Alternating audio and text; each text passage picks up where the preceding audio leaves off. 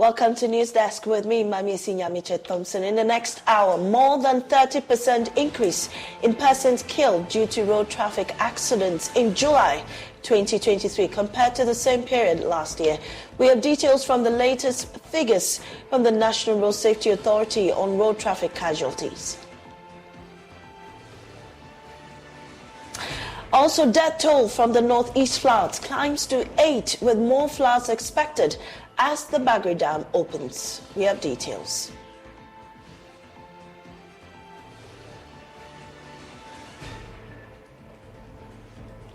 A Niger coup leader, General Chiani, promises to hand over power in 3 years. How so? We'll tell you, plus how South African President Cyril Ramaphosa intends to work with AU to restore constitutional order in countries experiencing coup d'etat.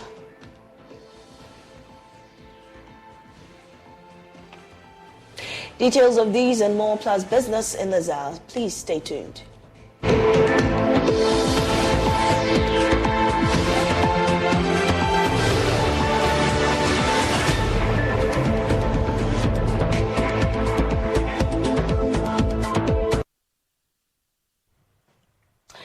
Now, 43 persons died through road traffic accidents in July 2023 compared to the same period in 2022. These are figures contained in the latest data on road traffic casualties published by the National Road Safety Authority. According to the data, 1,328 people died through road crashes in July this year compared to 1,221 recorded last year. Let's take a look at the highlights and various breakdowns as is being reported by the National Road Safety Authority. When you take a look at the information that we have before us, the source of the National Road Safety Authority, of course, cases reported 8,137, 8,869. This is a period between January to July 2023, and the yellow there marks those cases that are reported, I think, injuries and crashes. And then we have the yellow is the cases reported in January of this year, January to July 2023, and the green represents the cases that were reported last year between January and July 2022. And so before you, in January, the cases reported in 2023 is 8,137, and those reported last year, 8,869. So there you see that there's some slight decrease this year of cases that have been reported. Now, when it comes to the vehicles involved, we have 13,862 vehicles involved in these road crashes in this year between January and July 2023, and 15,239 in 2022. Persons killed, 1,272 this year and 1,443 last year. And then persons injured, you have 9,135 this year, 9,228 last year. Pedestrian knockdowns as well, 1,418 this year and 1,580 last year.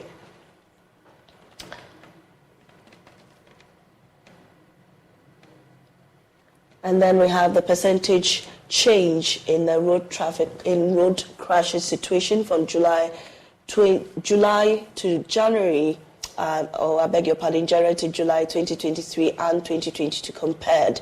And so you can see from the source, National Road Safety Authority, 8.25%, minus 8.25% cases reported this year, and then minus 9.04% with vehicles involved in this, and persons killed, minus 11.85%, persons injured, minus 1.01%. And then pedestrian knockdowns, minus 10.25%. And now we move on to the road traffic crash and casualty from January to July 2023. And then, as we refer to you, the red is for July 2023, that is this year. The yellow represents that of last year. And the cases recorded, 1,233 this year, 1,182 last year. And you realize that that's a slight increase of cases reported this year. Vehicles involved too have gone a bit higher, as 2,099 this year and 1,991 last year. Persons killed, 186 persons have been killed this year and 143 last year. And so that's some increase in the persons killed, or the number of deaths that have been recorded this year. And also the persons that have been injured also went up a little bit, and that is 1,328 compared to 1,221 last year. And pedestrian knockdowns have slightly reduced, and pedestrian knockdowns this year were 213 and then 224 last year. And these figures are for July this year compared to July last year. Also, percentage change in these crashes situation in July of last year compared to July of this year. So we have cases reported that is 4.31%, and then vehicles involved is 5.42%, plus persons killed, which is over 30%, that's 30.07%, and then persons injured 8.76%.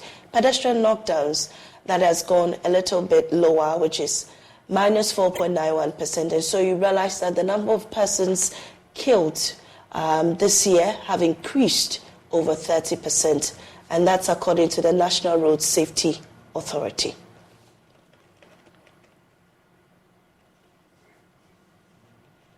Meanwhile, the authority says some of the interventions rolled out are working. He commended Joy News for the Drive Safe campaign. David Osafo-Adonting is Acting Director General of the National Road Safety Authority. Little motivation is that comparing this year's figures to last year, we're seeing some reductions in some of the indicators. Marginal, as some of them may look though, but it is very refreshing to know that something positive is being done by way of interventions to have come and reflecting positively also on the figures. Indeed, the performance of every country's road safety management is to see figures going down. The crashes, the injuries, and the deaths. And those are the indicators that suggest that some intervention is receiving or reflecting positively on the roads. Yeah. So that is quite motivating. But indeed, we wish that we have far lower figures so we can see some more reductions by now. But the level of intervention that we are rolling out, the National Road Safety Authority itself as a lead agency, by way of the Drive Safe campaign that your media championed, and then the Stay Alive campaign that we also championed together, have gone deeper into the structure of road safety management in this country, to the extent that campaign, education, publicity, advocacy, it's something that we can all say that we have made some relevant achievement, very significant. Yeah. Now, you don't get figures coming down for the sake of it. Okay. It is always contingent on a certain practical work you are doing on the ground. And that is how figures come down, because we have factors that are always fighting against us. The vehicle population is growing every day. Human population is growing every day.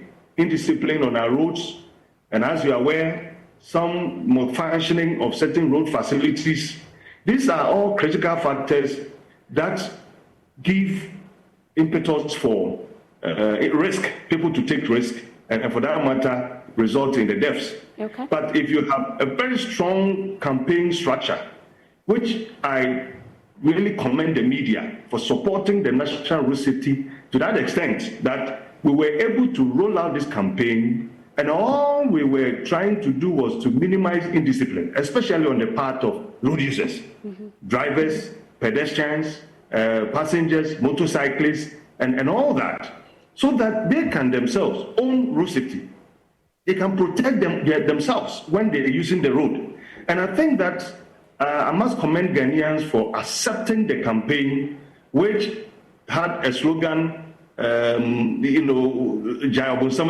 because we were trying to let Ghanaians recognize the fact that crashes happen not because of the work of the devil.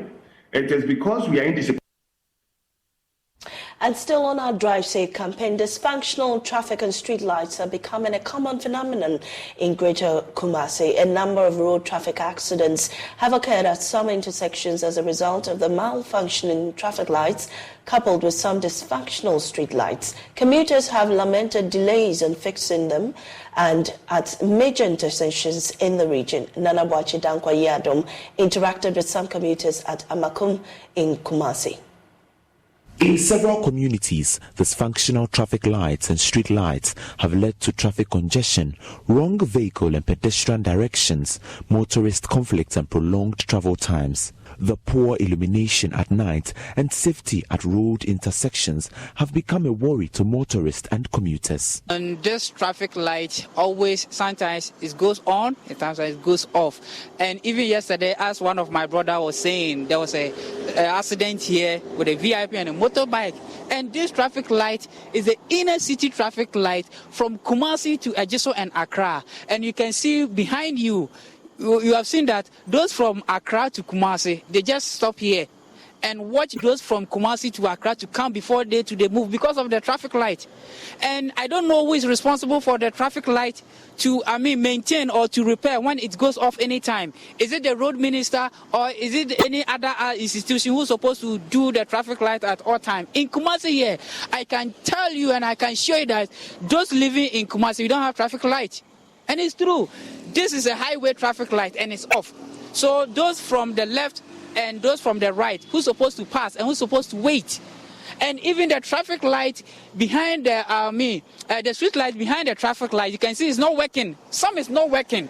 So, and this is the dark spot. And here, armed robbers came around to rob us. If you are holding your back like this, with the way they thought we have some mobile phone or laptop, because we are all students living in this area. So we are pleading with the authorities to come on board. They should do it on time. Hey, traffic, there be a problem. Like traffic, we really do have a problem with our traffic lights over here. Sometimes when the drivers use the stretch, they do get confused. There be an accident. Now the M1 say, "Hi, Kumasi Center." City authorities really do use the stretch, so I am really surprised as to why we have some dysfunctional traffic lights coupled with dysfunctional street lights. Came from Penny for UST, Omunamansia, Echo Majumum. The traffic near Sa, M1 saw Mumba home may be accident. It's a problem there. We really do record some accidents over here. I am quite surprised as to why we have a dysfunctional traffic light on such a huge stretch. The assembly member thought of working on these dysfunctional traffic lights. We got some MTTD officers to be stationed over here, but they could not do the job.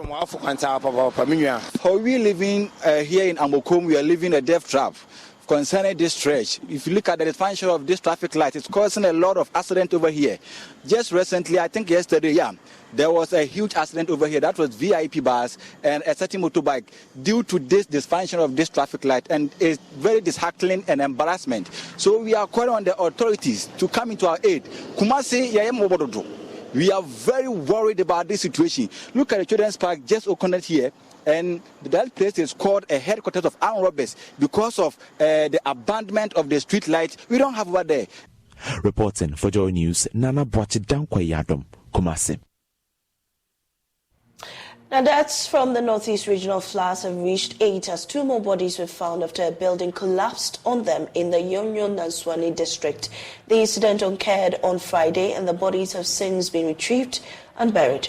Meanwhile, authorities in Burkina Faso have begun the spillage of the Bagri Dam, which is expected to cause more floods and potentially worsen the situation.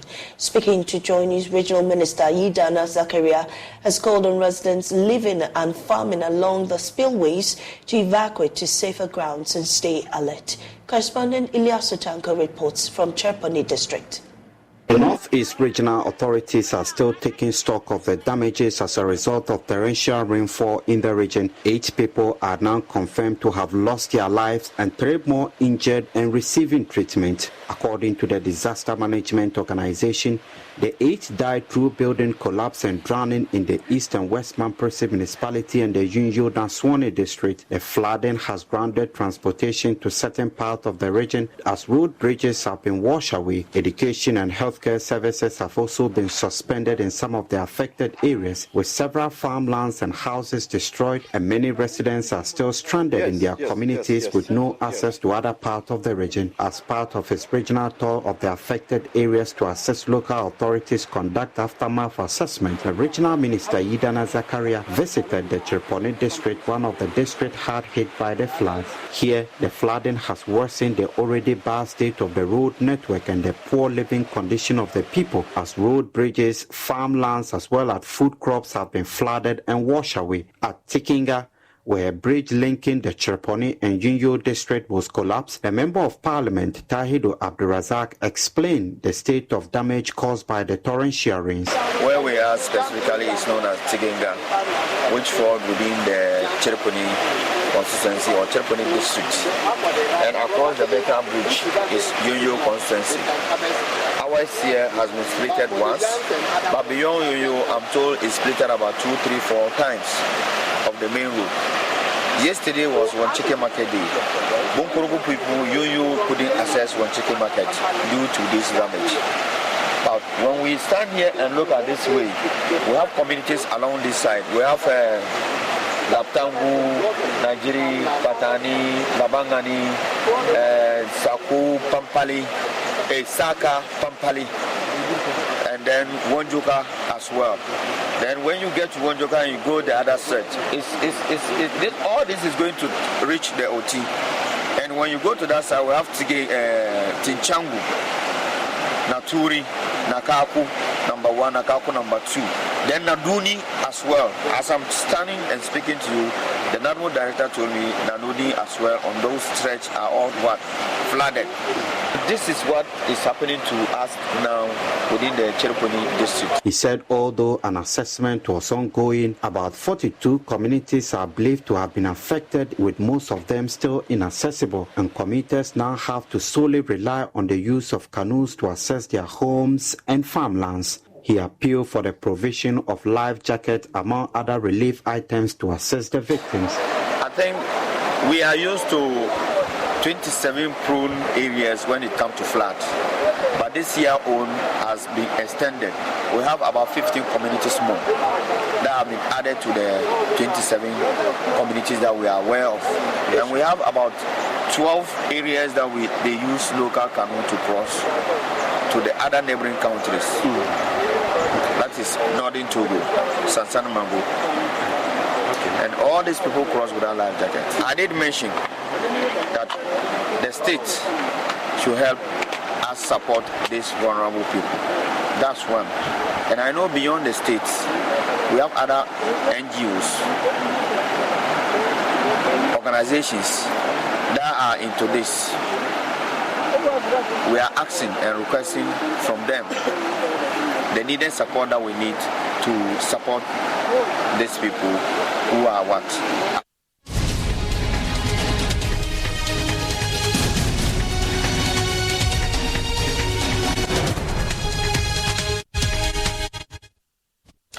We'll take you live to Parliament now, where we understand the Majority Chief Whip MP for Nsawam Edweji, Frank Adodompre, is holding a press conference, and our parliamentary correspondent Imbura is there bringing us live updates from there. Because of this, because something that I don't know anything about. Now, they go on Netu and his media platforms just hurling insults at me. So I got to know of the fact, and I called his Eastern Regional Campaign one Eja Noah. I called him to tell him about it, and he said, well, they've been told about the truth, and they got in touch with the Kobe Creative Limited, the CEO of that advertising company, and they've done the needful. So they've paid money to that person, and the artwork has been put back. Well, one would have thought that after all this vilification and after all these insults on me and my personality, if you found out what the truth is, at least would have come out. I don't need the apology, but at least come out with the truth and let the public know that you hurriedly put allegation on an innocent man, and it turned out that Arnold Domprey doesn't know anything about this so-called matter. So I feel very slighted. I feel a lot of pain, but I still have to manage this. This is an internal elections, and he's not an enemy, he's somebody I respect. I don't even do this to my political opponent, the NDC, who have their artwork all over in Insahom. I don't go about pulling down their artwork. How much more will I go out to pull down an artwork of my colleague member of parliament? It's quite strange. And this is not the first time they are hurling these allegations at me. I want to use your medium to appeal to our colleague. I don't have anything personal against him. In this contest, people have taken positions, and I'm a human being. I have also taken a position.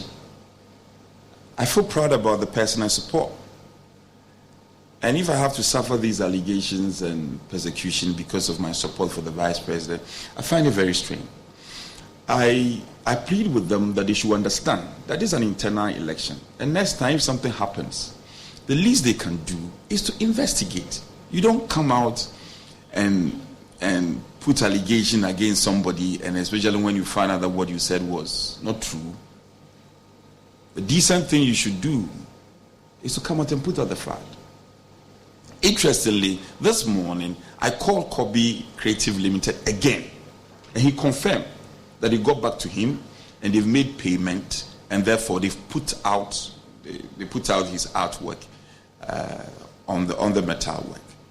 So, ladies and gentlemen, this is not a matter that we should split heads over.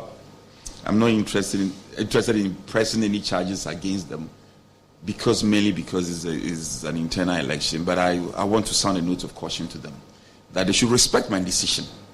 My decision to support the Vice President is not out of nothing.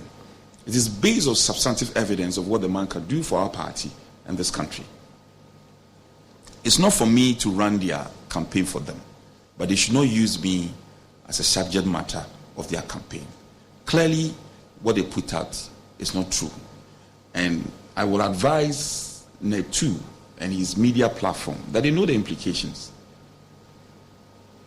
With this extent of experience they have, they know the implication. If you put out falsehood against somebody without evidence, they know the implication. And I'm not the one to advise them on what to do. But they should desist from these attacks on my personality. I will not support him. I don't believe in him. I believe in the one I support. And they should, just as they support Ken Ohene-Agyapong, they should respect my decision to support somebody else. And let it be as it is. I'm here with my boarding pass. Just to emphasize, I traveled on the 12th. On the 12th.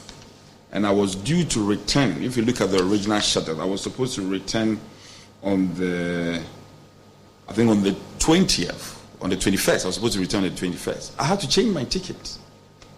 Thankfully, we had finished the conference. I had to change my ticket and come back and deal with this whole brouhaha because I received multiple thousands of WhatsApp messages, loved ones, my fans, people all over the world seeking to know what is happening between me and Mr. Ohene-Agyapong. I don't have anything personal against him. And I believe that I want to challenge them that now that they have the fact, they should put out the fact. And this matter should rest once and for all. So my boarding pass and tickets is here. You can reference it duly. And then Kobe Creative Limited, your contact, the CEO's contact, and everything is here. You can go beyond that and speak to the city authorities, the municipal chief executive, and there are sections or departments at the assembly who manage such outfit. You can speak to them and the facts will be known. I'm also told that this metal work has, Kobe Creative Limited has owned it for more than 10 years. It's owned it for more than 10 years. Once upon a time, a car ran into it and it got dented. And he said that he had instructed SIC Insurance to deal with it because they were the company that has insured it. They didn't do it. He had to take it upon himself and do it so.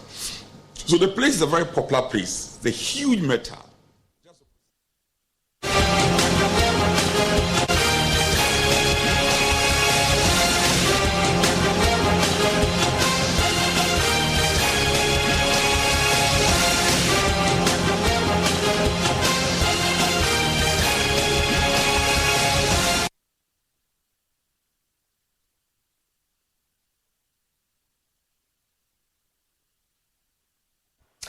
And so those were excerpts from Parliament, where MP for Nswaye Medreji, Honourable Frank Anodompre, has been responding to some allegations being made against him. We'll be bringing you more on that later.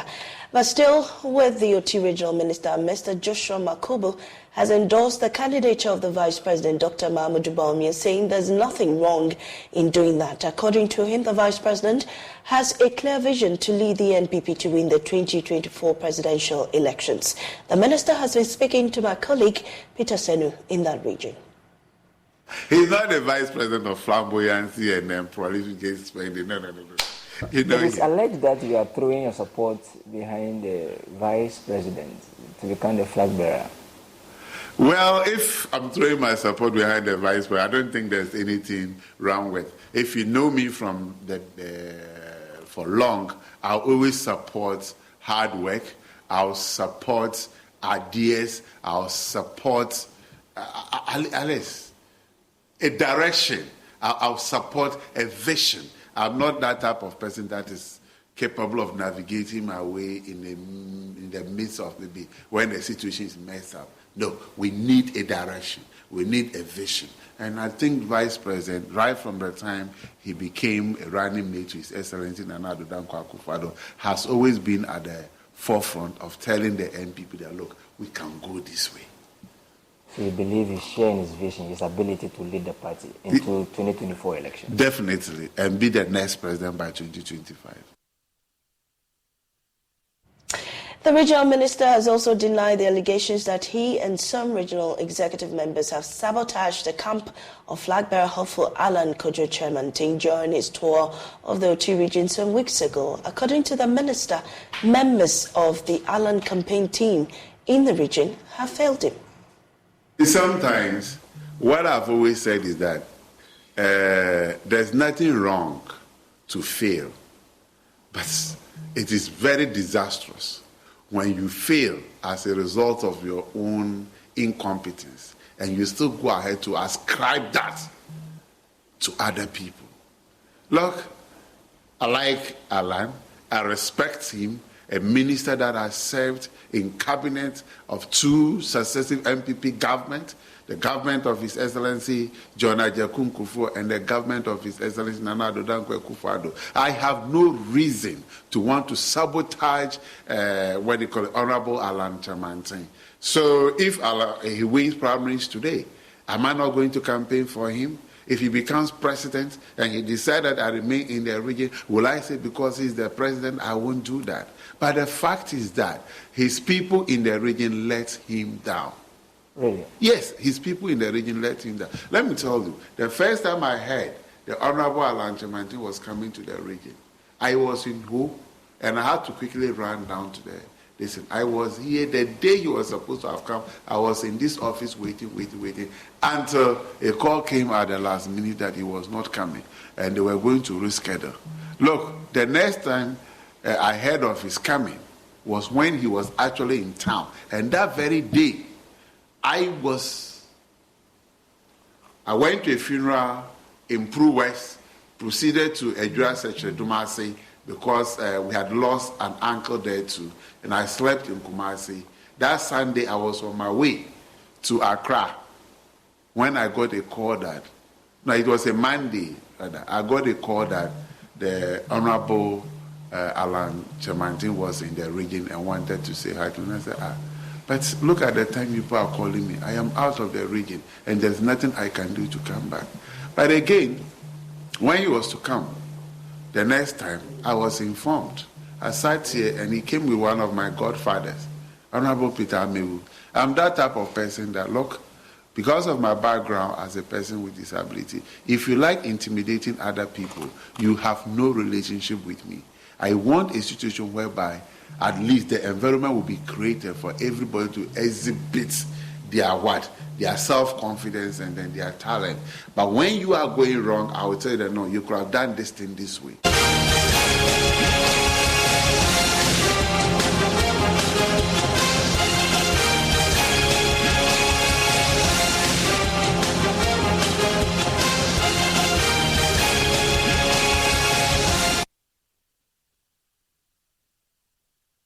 The Oti Regional Minister Joshua Makobu says although he does not entirely disagree with a survey that puts his region in the lead as having made direct bribery requests from service seekers, the establishment of agencies and departments in the new region may have contributed to the outcome of the survey. In 2022, a UN report on corruption in Ghana on people's experiences and views cited the Oti region public service officials as people who have made the highest direct bribery request from service seekers. The minister, however, says he would in the coming days engage heads of departments of public institutions in the region on the need to tackle the phenomenon. Oti regional correspondent has been speaking to the minister on the back of this survey. Just like the elders will say, there is no smoke without fire. And if the perception is high, there's that likelihood that the realities are also higher. And that is unfortunate. It shouldn't have occurred. However, considering the nature of Oti region as one of the deprived regions, most of the people who are enlightened from among us have migrated to stay in Accra. Some of the offices that have come to be with us now, like the regional police headquarters, most of the places becoming divisions, the immigration, GRA, that is customs, and other things. Those offices didn't used to what? Exist from among us. So definitely, if this is our first encounter, there are so many things that people, out of ignorance, might not know how to approach it. And something that you could have gone to do it yourself, you approach a public officer to do it. If that person does not have that goodwill or a high moral standing, the person might want to do it by taking advantage of you. So such a perception, to some extent, should not be something I would want to disagree completely with. But I feel that those of us who are public officers and who have been put in charge of other people, we shouldn't take advantage of what? Their ignorance to enrich ourselves. I will take this seriously and probably in the coming days engage heads of the public institutions. They talk about teachers, talk about the police service, other security agencies, and then the Lands Commission. I'll try to engage and let them know that this is the perception out there, and then it needs to be honest with our people. So going forward, how do we, beyond what you've said, engaging the heads of department and all that, how do we, as much as possible, nip this in the bud so that Oti's name doesn't come as a front liner in terms of corruption-related activities? Yeah, I think our citizens will have to also be confident in themselves. When you are seeking a public service, it is your right and within your domain to go for it. So if you get there and you are not being served, at least now our system has been decentralized to a certain level. We have assembly members, unit committee members, then the district assembly, the social welfare people, the human rights people, they are there. Approach them when you are seeking a service from what? a public officer, and then you are finding challenges. These are people who are, the NCC is there to also educate you on how to get some of this. I think that's what we should also be doing. Intensify education among our people. They should know what they can request for and the right they have to be furnished with that information. Nananum and then other religious leaders, during our sermons, and we should incorporate some of these things that are the rights of the people, so that they will know when to demand and when not to. Our people too, they have that desire that, let's push it, and then it will be done very fast. If you need a document to use next week, start looking for the document today. You don't wait until it is a day to the document, then you go there and say, look, I can give you. Sometimes it is not even the public officers who request directly. It is those who seek the service who will tell them, look, I'll give you this so that you can do this for me. Then they go back to make it look like it was the person who requested. Let's head to South Africa now, where President Cyril Ramaphosa says his government is working through the African Union to end several conflicts and to restore constitutional order in countries which recently experienced coups. The West African sub-regional body a couple of days ago announced that it was working in conjunction with the AU to tackle the political situation in Niger, where the Presidential Guard deposed a democratically elected president, Mohamed Bazoum. Speaking in a televised address last night, Mr. Ramaphosa lamented the latest developments could undermine the African Continental Free Trade Area, which is being hosted by Ghana, aimed at liberalizing trade and promoting mutual growth and development across Africa. We are working towards the full implementation of the African Continental Free Trade Area, which is set to eliminate trade barriers, boost intra-African trade, and achieve prosperity for all of Africa. It will also accelerate manufacturing and industrial capacity on our continent. The vibrant trading Africa we seek to build depends on Africa being stable and peaceful. For our continent Africa to thrive, we must silence the guns. We continue to work within the African Union to end several ongoing conflicts on the continent and restore constitutional and democratic government to countries that have recently experienced coups. South Africa is directly involved in a number of efforts to bring peace to Africa. We are currently involved in supporting the people of Mozambique and the Democratic Republic of Congo to ensure that there is peace and stability in their countries. The administration that I have the honor to lead has been devoted to attracting greater trade and investment into South Africa. Every visit we make to countries on our continent and across the world, and every visit by heads of state from other countries, focuses on strengthening economic ties between our country and those countries. Meanwhile, experts are looking forward to observing how South Africa will deal with Russia on the activities of the mercenary army, the Wagner Group, which is being accused of supporting military regimes in West Africa, as over 30 world leaders converge in South Africa for the 15th BRICS Summit in Johannesburg. Head of our Foreign Affairs desk, Blessed Soga, will be joining us later. Meanwhile, Tunisia's coup leader has promised to return the West African country to civilian rule within 3 years. General Abdurrahman Chiani made the announcement after meeting mediators from West Africa's regional bloc, ECOWAS, in the capital, Niamey. ECOWAS has threatened military action to reverse last month's overthrow of President Bazoum if talks fail. The junta head said that Niger did not want a war, but will defend itself against any foreign intervention. Thousands of men came to a stadium in Niamey on a Saturday to register for a volunteer force in case of invasion. Although overcrowding prevented the registration process from starting, the Reuters news agency reports regional efforts to reverse the coup have been backed by the US and France which both have military bases in Niger. These bases are part of efforts to tackle jihadist groups in the wider Sahel region. The junta leader who headed the Presidential Guard before seizing power on 26 July said military intervention could worsen the Islamist insurgencies linked to Al-Qaeda and the Islamic State group.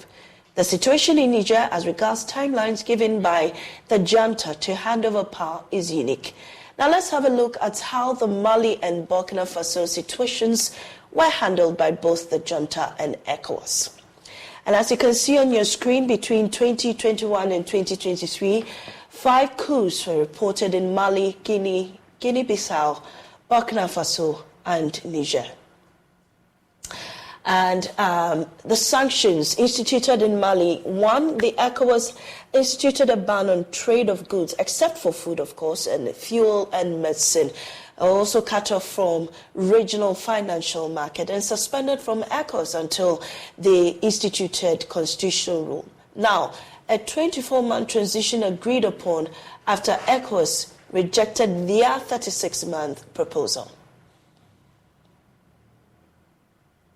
In Guinea, ECOWAS condemned the coup, suspended their membership from ECOWAS, and also demanded that they return to constitutional rule. Now, they agreed to send a high-level mission to Guinea. The junta there proposed their own 3-year transition timeline, and this is for Guinea. Now, in Burkina Faso, the junta was suspended from ECOWAS governing bodies, and also ECOWAS condemned the coup, but remained inactive for a period. Now, no sanctions were immediately imposed. The junta agreed to return to democracy in 24 months. In the Gambia, Yahya Jammeh refused to step down, but then 7,000 troops led by Senegal massed up at the border of Gambia, The troops ensured a transition to democracy in 3 days, record time. Barrow was sworn in as president.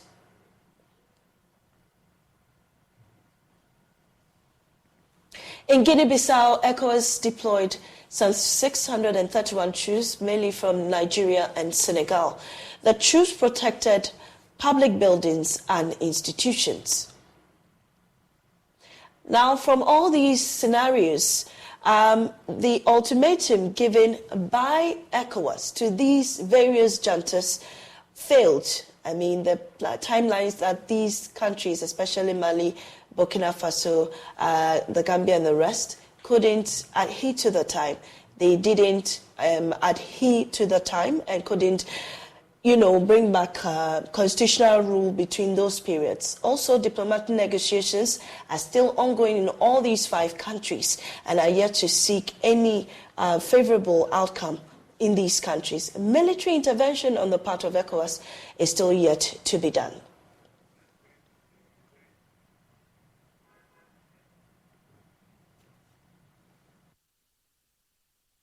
We'll be right back with business.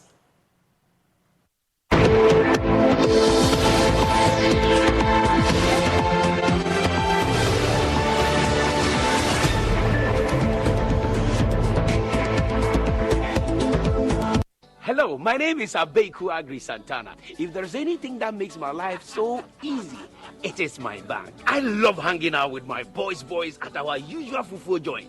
But even without cash, we still dey chop better with EcoBank Mobile. No matter the time of day, my bank helps me stay in touch with my beautiful wife whenever she's away. And when my beautiful wife is in town, she never misses out on her. Slowed down, held back, inhibited. What you get out depends on what you put in. Rejuvenate your engine's performance with Shell V-Power Nitro Plus Premium Gasoline. Because true performance knows no bounds. New and improved Shell V-Power Nitro Plus removes up to 100% of performance-robbing deposits to rejuvenate your engine's performance. Continuous use in gasoline direct injection engine fuel injectors.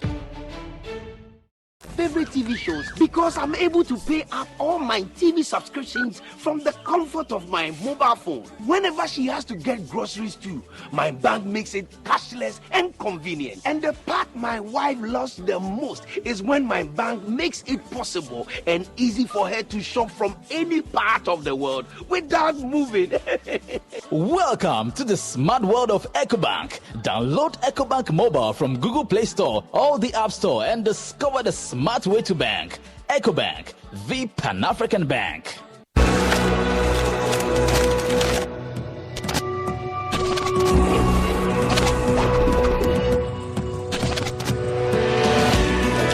Taliwate. When everybody came out, everybody's looking good, displaying their art, beautiful art everywhere. This is my 5th year coming in a row. So I'm here every August for the festival. It's been amazing being with my black people all day, every day. It's been great. It's so fun here. There are a lot of art things to do. So I personally love it. And I love the artworks. I love Chalote 2022. It's fantastic. This year's experience is marvelous. It's amazing. It's Chalote Festival, y'all. You ought to be here. The paintings, the people, the Ghanaians were awesome. Everyone, when you're in Ghana around the same time, make sure you check it out. It's really happening.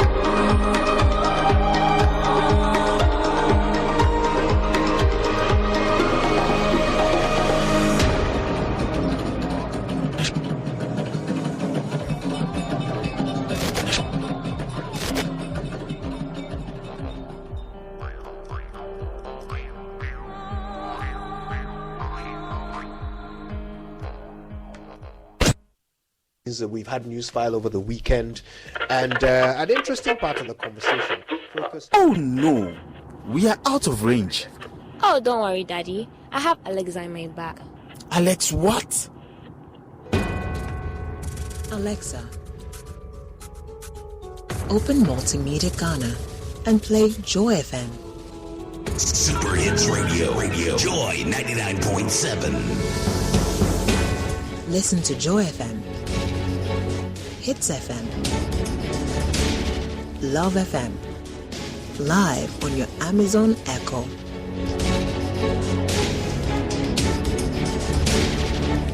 Listen to your favorite multimedia radio stations live on your Amazon Echo device by saying, Alexa, open Multimedia Ghana, play Joy FM or Hits FM or Love FM. Or catch up on your favorite podcast by saying, Alexa, play, and then the name of your favorite podcast from Multimedia Ghana. For a list of all podcasts available, say Alexa. Ask Multimedia Ghana to browse programs. And we are back like we never lost signal. Alexa, welcome to Multimedia.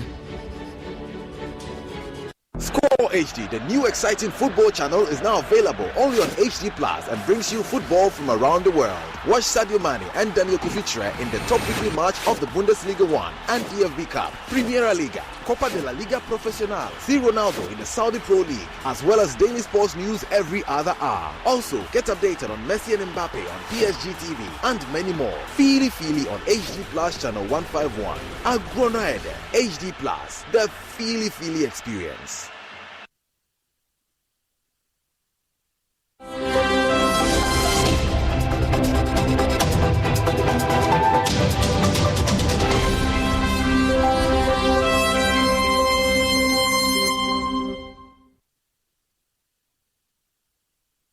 Hi, welcome to Business. My name is Darryl Powell. The Economist Intelligence Unit is predicting that Ghana will reach an agreement with its external creditors in the coming weeks to pave way for the restructuring of foreign loans. This is disclosure from its newest document titled Outlook for Global Sovereign Credit Risk, and there is more in this report. Will come as a piece of good news for the country, as it will be on schedule to begin its external debt restructuring. According to the UK-based firm, Ghana has advanced with its negotiation for external debt restructuring. The country, in December 2022, requested a bilateral debt restructuring under the Common Framework for Debt Treatments supported by the G20. In June this year, the government sent a non-binding working debt restructuring proposal to official bilateral creditors, signifying the beginning of a negotiation process that the EIU said it expects to conclude in the coming weeks. Ghana and 5 other countries defaulted on their loans in 2022 as public finances became strained whilst interest rates surged. The UK-based firm added that many more countries are expected to record debt default this year, and most of these countries at the highest risk of debt default are in Africa. Meantime, the government is likely to extend the second round of domestic debt exchange program for about a week. This is despite receiving about 90% participation in the domestic dollar bonds and cocoa bills. Here's more. Based on the engagement with persons with knowledge of the offer results, they say the extension should be described as an administrative one, and not because the offer wasn't successful. This because the domestic dollar bonds and the cocoa bills had about 90% participation. However, when it comes to the pension funds, most of the fund managers wanted some extra time to properly collate the offers that have come in. Hence the need for this administrative extension. The offer, which began on July 14, has already been extended by once already. Government is hoping to restructure 60 billion Ghana cedis worth of bonds in this last round of domestic debt exchange program. That is, the domestic dollar bonds, the cocoa bills, and the pension funds. The holders of these funds are expected to exchange their papers for new bonds. Sources say, based on this result, government can see that it has technically concluded the domestic debt exchange program. This should help the country in securing the second round of IMF cash by the end of this year. Now, interest rates surged on the money market to 31.08% as the government's borrowing spree on the domestic market continued. According to results of Treasury bills auctioned by the Bank of Ghana, the government got 3.45 billion cedis, 12.91% lower than the ambitious targeted amount of 3.96 billion cedis. Interest rates in Ghana rank the highest in middle-income countries in Africa. The rate, however, are lower than the inflation of 43%, indicating that the real rate of return on investment is negative. According to data from the Bank of Ghana, the yield on the 91-day bill increased by 0.61% to 26.70%. That of the 182-day bill reached 27.88% from 27.59% the previous week. The one-year bill inched up by 0.39% to 31.08%. Meanwhile, demand for the 182-day bill for the first time in several years exceeded the 91-day bill. Investors tendered 1.69 billion cedis for the 6-month bill. All the bids were accepted. Investors also offered 1.63 billion cedis for the 91-day bill, in which all the bids were accepted. And that's business. The news continues after the break.